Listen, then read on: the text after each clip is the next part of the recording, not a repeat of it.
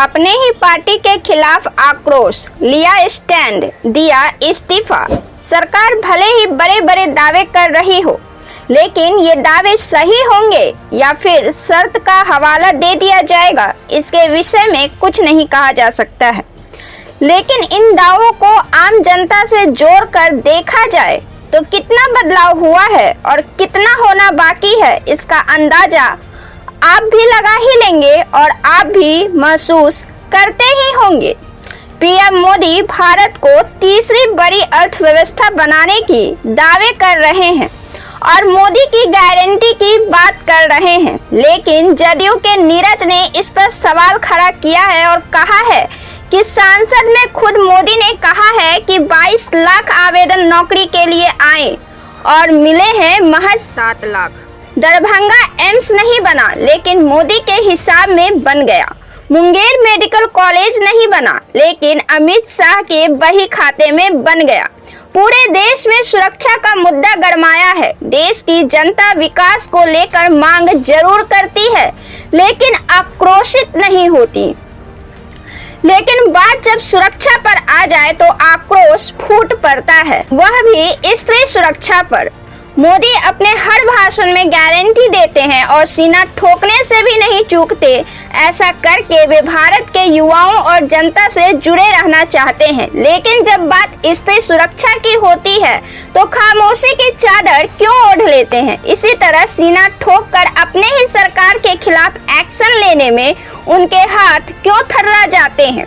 देश में अगर बीजेपी के अलावा कोई दूसरी सरकार होती तो पूरे देश का राजनीतिक पारा राजनीतिक गर्म नफरत और गुस्से से आग बबूला होता। लेकिन क्या बीजेपी की ऐसी ही सरकार पर जनता फिर से भरोसा करना चाहेगी? मणिपुर पिछले कई महीनों से जल रहा है और अब जो घटना हुई है मानवता को शर्मसार और कलंकित कर देने वाली है। लेकिन वहां की सरकार को तब मालूम पड़ा है जब पूरे देश को पता चलता है। 2 माह बाद ऐसी सरकार का क्या करेगी जनता, जिसे अपने ही राज्य की खबर ना हो। ऐसी घटना पर सीएम इस्तीफा दे देते हैं, लेकिन मणिपुर सीएम ने इस्तीफा नहीं दी, जिसके बाद बीजेपी प्रवक्ता ने इस्तीफा दे दिया है।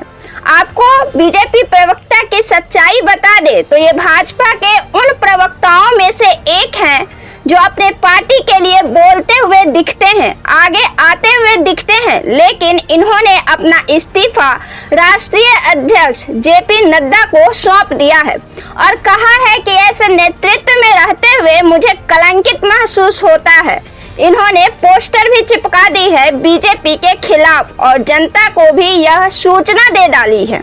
इन्होंने पोस्टर पर अपने आक्रोश को व्यक्त किया है, जिसमें बताया है कि मणिपुर की घटना से भारत पूरे विश्व में शर्मसार हुआ है।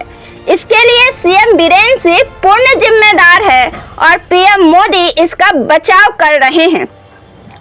ऐसे नेतृत्व में काम करते हुए मुझे आत्मग्लानि और कलंकित महसूस हो रहा है। उन्होंने एक पोस्टर भी पटना की सड़कों पर लगाया है। बीजेपी प्रवक्ता विनोद शर्मा ने साल 2019 में कांग्रेस के प्रवक्ता सहित सभी पदों से भी इस्तीफा दिया था। कांग्रेस ने सर्जिकल स्ट्राइक पर सवाल उठाए थे तो पार्टी छोड़ दी थी। बीजेपी प्रवक्ता के इस स्टैंड के बाद मंत्री सुमित कुमार ने इनके इस कदम की सराहना करते हुए कहा है कि अच्छा है, लोगों की जमीर जाग रही है और वे इस तरीके का कदम उठा रहे हैं। आप इस इस्तीफे के बारे में क्या सोचते हैं, हमें कमेंट कर जरूर बताएं। वीडियो को लाइक करें, शेयर करें, हमारे चैनल को सब्सक्राइब जरूर से कर ले। धन्यवाद।